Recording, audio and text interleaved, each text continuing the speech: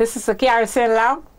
What my mother used to use way back in the days, you know, to see to go to bed, to plot, to do other stuff with, because there wasn't no electricity when I was growing up. No electricity at all. You had to use a kerosene lamp. At first, they would take this off, fill it with kerosene oil, put it back on like this, put the wick in, screw it back on like this, turn the wick up and light it.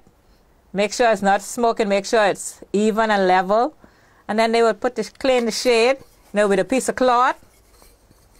And then they would rest it back on. If the mother say, well, Jane, out the lamp, she would go, and everyone would say, good night, mommy. This lantern here is similar to the lamp. What they would do, they would screw this off, put the kerosene in here, take this up, and light the wick. Put it back down. Make sure it's even, it doesn't smoke. And they would use this for crabbing in the night. Also, in the night too, to see. In the house, this would be the light. This is an old Singer machine. Way back in the 60s before I was born. They used to use this to sew the basket on. This was a foot pedal for the sewing machine. And it's called Singer. This is a hopper, what they used to use to pump the oil in from the drummer. Come to the shop, 1 gallon of kerosene oil. So the pump would go in here and you would pump the oil in here. And when it's full, you take it off and you put a cover and you take it home to your parents. You better don't waste it because you'll be in trouble. When we were growing up, we had no flush toilet. So we had to use this. This is a slub bucket. This is a face pan. This can be used to wash your face in or wash your hair in. Fill it up with water and wash your hair. Wash your hair with Zest soap. In those days, no shampoo, so you had to wash your hair with Zest soap. This is a grass pillar. This make out of bay grass from the beach. And you would put it on the old before time bed to lay on and fix it. You would fix it real good so 2 children can lay their head on it like this.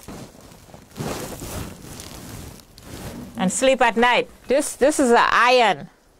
Old antique iron, what they used to use way back in the days, in the 50s, in the 40s, before my time. They would catch a fire, put it on, let it heat, take it up, and they would use a wax that come off the beach, and then they would rub it like this. Then they would take a brown piece of paper and clean it. And after it's already clean, they would iron the clothes. This is a mill, what they used to grind the corn in. Way back in the days, before my time. What they would do, they would put the hopper on, put a basket on, make sure it's set right. Right underneath the mouth of the mill. They would put the corn in here and they would take right and left hand. Keep grinding it over like that until it comes fine.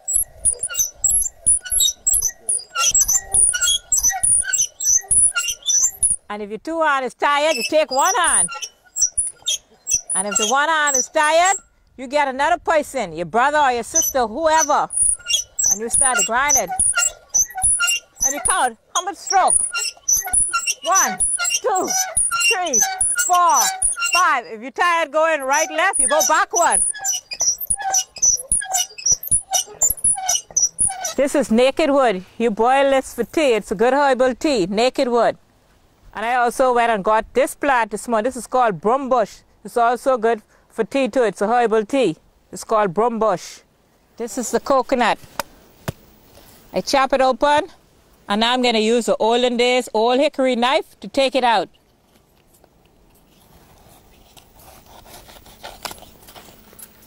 I would take this piece of coconut and grate it to make the tart. This grater, I borrowed it from Sarah Roll in Coitage. She said it's an old grater. This grater was made out of the iron can, lard can, and the hole was punched with a nail in it. So I would hold it like this. It's a new model handle.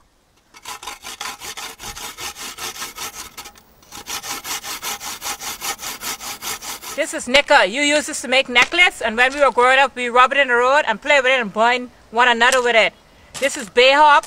This is Madeira bark pod. This is conch horn from the conch, and this is jacaranda pod, and this is the palm tree nut. All this stuff is used to make our native stuff. This is a sea fan to save the crab fat on. This is an olden days soda bottle. It's called Royal Crown. Very, very old bottle. Hardly anyone in Exuma can find this bottle. This is an old bucket. I got it from my auntie. She put it on the fire, the hot water to wash her feet. But it's still good. It's okay.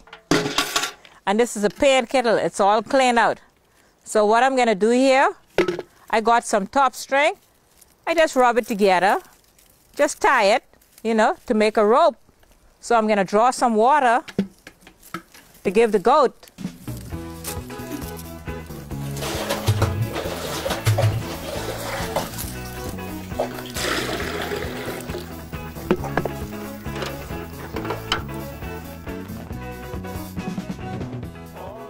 Straightening comb they used to use to straighten the hair to make it soft, because there wasn't no palm in those days. Palm just come around lately. So they would put this in the fire, let it hot, but not that hot. They would take a piece of cloth, rub it off, and they would get your hair and straighten it. And what they would use Royal Crown grease, which still exists right now. And if there's no Royal Crown grease, they would use lard and kerosene oil. You didn't have much pencil, so you had to cut it in half to share it between two child. And then you would sharpen it with a knife because there wasn't no sharpener. This is a Milo Butler book. You would take this book and cut it in half to share between two children. And then they would write your name on it. This basket was made by Naomi Roll out of Stroud Manor. She is a straw vendor in Georgetown. You would put the book in here, you would hold it in your hand like this, and you would walk to school bare feet if you didn't have the shoes. So you go to school bare feet.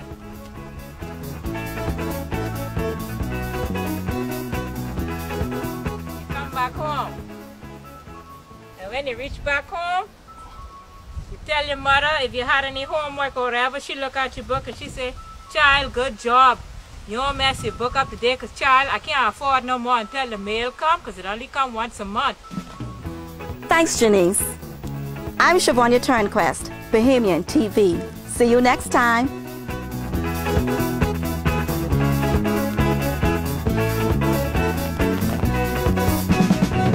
All the flowers, all the flowers, all the flowers, all the flowers, all the flowers, all the flowers, all the flowers.